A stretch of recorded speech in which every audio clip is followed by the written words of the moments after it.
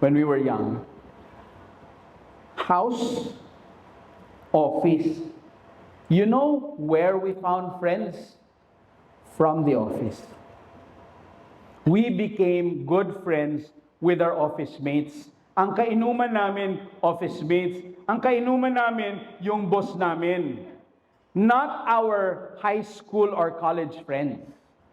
It's different with the millennials and the Gen Zs because they have their college friends here. Their high school friends here. At magkikita sila sa Pobla. Walang Pobla dati. Barangay lang yan ng Makati dati. That was not so good place. So that's the only difference.